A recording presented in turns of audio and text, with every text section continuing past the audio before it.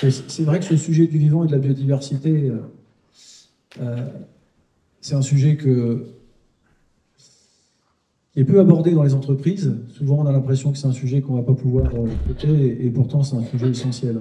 Je dis toujours ça à l'entreprise, je dis que si vous et moi, on s'arrêtait de respirer pendant 10 minutes, vous savez ce qui va nous arriver, hein. On va mourir. Et pourtant, je n'ai pas l'impression qu'on vit pour respirer. Et donc l'air, l'eau, le vent, les animaux, tout ça, ça fait partie intégralement de qui on est, hein. Si, petit parallèle sur le réchauffement climatique, on dit 2 degrés, c'est pas grave. Je vous invite à rajouter 2 degrés à votre corps pendant une semaine, puis vous me direz dans quel état vous serez juste mort. Ça n'est pas possible pour vous. Donc effectivement, ce sujet de la biodiversité, on ne parle pas. Et donc moi, j'ai 3 messages à vous passer ce soir. J'ai écrit un petit texte, je vais le lire.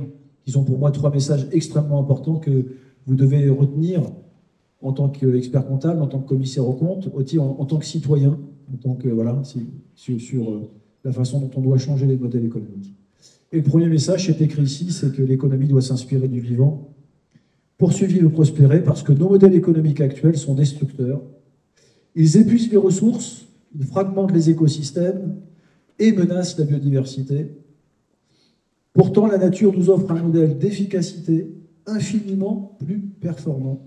Chaque ressource est optimisée, chaque espèce joue un rôle précis dans son écosystème. Donc, je vous invite à imaginer une économie où les entreprises, vos entreprises, fonctionneraient comme une forêt, en équilibre, mais aussi interdépendante et résiliente.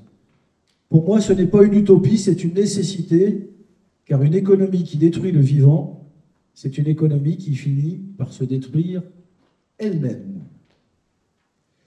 Deuxième sujet et deuxième message que je voulais vous passer, cette question de la performance économique telle qu'elle est conçue aujourd'hui, même si on vous a appelé à la robustesse, elle ne peut plus être dissociée de la performance écologique et sociale. C'est impensable, c'est impossible. Nous avons trop longtemps opposé croissance et respect du vivant. Mais aujourd'hui, les entreprises qui performent sont celles qui respectent leur environnement et leur communauté, toutes les communautés. Une entreprise qui épuise les sols, qui pollue les eaux ou détruit l'écosystème qui la nourrissent est une entreprise, selon moi, qui est en sursis. À l'inverse, celles qui investissent dans la régénération des sols, dans la préservation de la biodiversité, elles créent plus de valeur sur le long terme.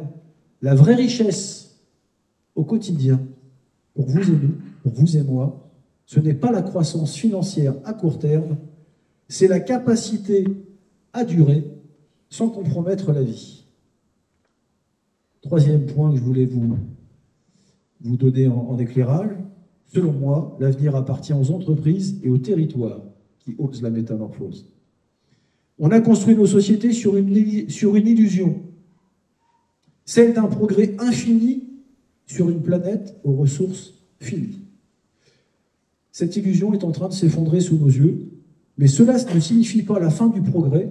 Au contraire, c'est l'opportunité de réinventer un modèle respectueux du vivant. Ceux qui l'ont compris développent des filières régénératrices, des modes de production qui restaurent les écosystèmes plutôt que de les exploiter. Ceux qui restent figés dans l'ancien monde seront balayés par l'urgence climatique et la prise de conscience collective. L'avenir n'est plus à une économie extractrice, elle est à l'économie du vivant.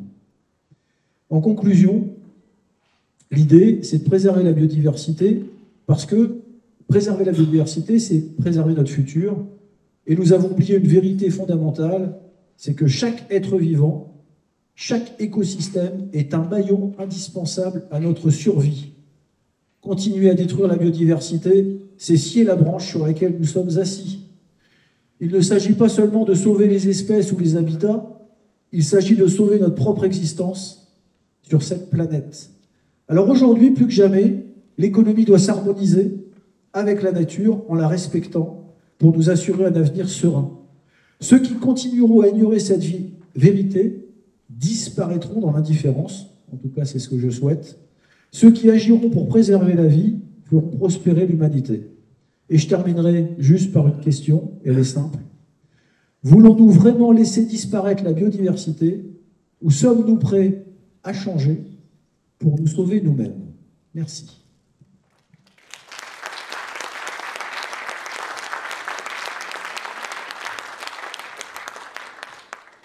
Merci Michel pour ce texte.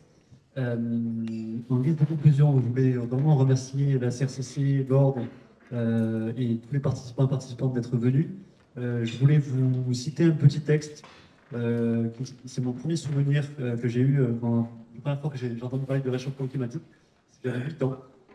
Donc le texte est en 2 phrases. Notre maison brûle et nous regardons ailleurs. La nature, mutilée, surexploitée, ne parvient plus à se reconstituer et nous refusons de l'admettre. L'humanité souffre, la Terre et l'humanité sont en péril, nous en sommes tous responsables. C'était Jacques Chirac en 2002, donc il y a 23 ans. Je pense que le discours est toujours d'actualité plus que jamais. Donc, continuons nos échanges. Je ne sais pas si Eric ou Jolène voulaient remettre. Bon, je vous remercie tout le monde. Et merci beaucoup et à bientôt.